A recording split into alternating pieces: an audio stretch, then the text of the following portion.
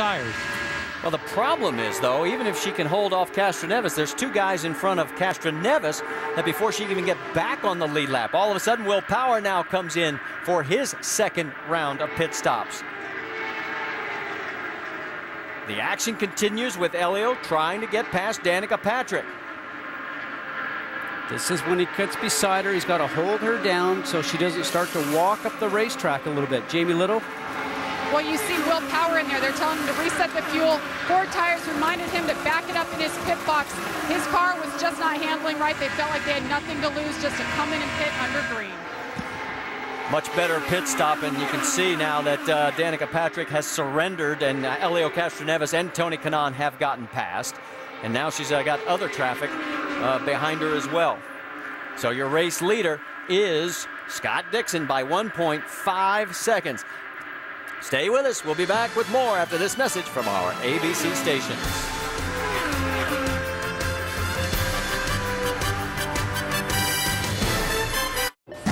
Back here in Kansas, Danica Patrick brings in change tires. Minor air adjustment pressure on the left front, but other than that, they've sent her back out. So Danica, the first car 1 lap down when she came in 17th position, will now come back out into the battle as we have passed halfway, completed 115 laps, and with 85 to go, there is your race leader coming out of 4, heading for the tri-oval, with Scott Dixon now leading Dario Franchitti by 2 seconds, Elio Castroneves 3rd, and then Tony Kanaan, Alex Tagliani 5th, Hideki Muto 6th, Ryan Briscoe 7th, Ryan Hunter-Reay has dropped back to 8th.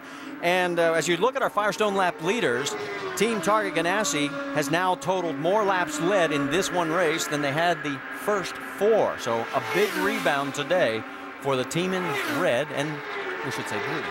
And probably very happy, obviously, be back on an oval. But in this last run that we've seen since the last pit stops, when we first came out, we had Franchitti running the same pace as Scott Dixon, but as the run has gone on, obviously Dixon's car has stayed the same and Franchitti's car is starting to back up a little bit. So we'll watch that. That might play out here at the very end of the race after pit stops towards the run for the checkered flag. Well, things have settled down and no active passing going on, so let's go up to speed. First up is Jamie Little.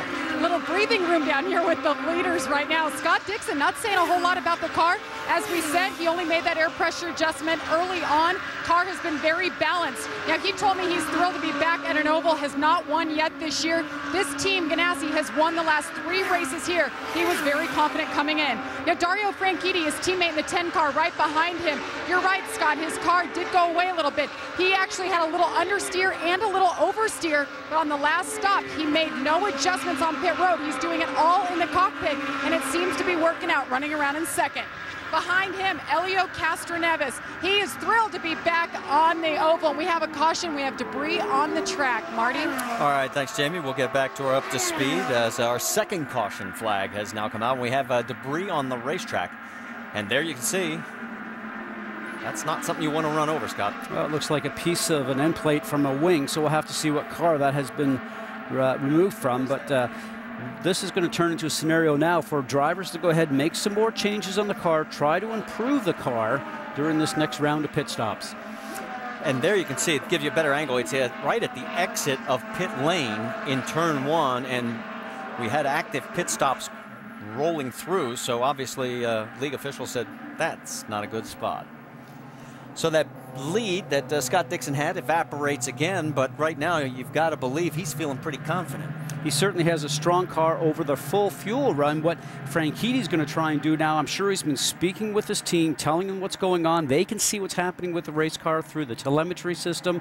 They'll be coming up with some changes to make in the car here now to hopefully improve it so he can be more competitive over the duration of that run.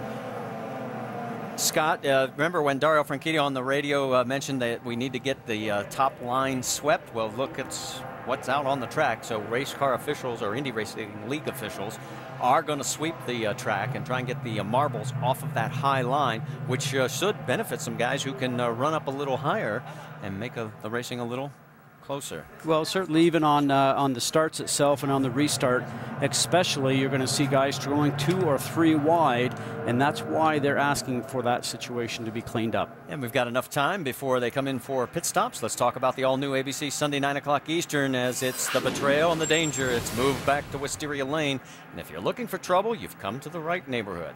It's ABC's Desperate Housewives. It's all new Sunday at 9 Eastern, 8 Central on ABC. So we are being told now by league officials that pit stops can occur as pit lane is officially open, and it looks like everybody has set out for this stop here as we've completed 121 laps. Scott Dixon leads them down. Let's set it up, and Jamie Little, you're up. And Scott Dixon on the top of your screen there, top left. No changes that he has said as of now. The car has been really balanced as we've been reporting, and it's shown with his performance on the track. 4 Firestone Firehawks in the middle. Dario Franchitti, he's been adjusting from the cockpit. They're going to load up fuel and 4 tires. You see Elio Castroneves said his car is a bit loose. Look for a front wing change adjustment there. Top 2 are down and away. Elio Castroneves 8.9. He is down and away with a little longer than the Ganassi boys.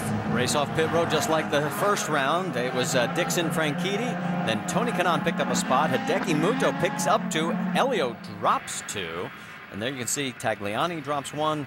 Ryan Hunter-Reay picks up 1. And Takuma Sato back into 10th with 2 gained.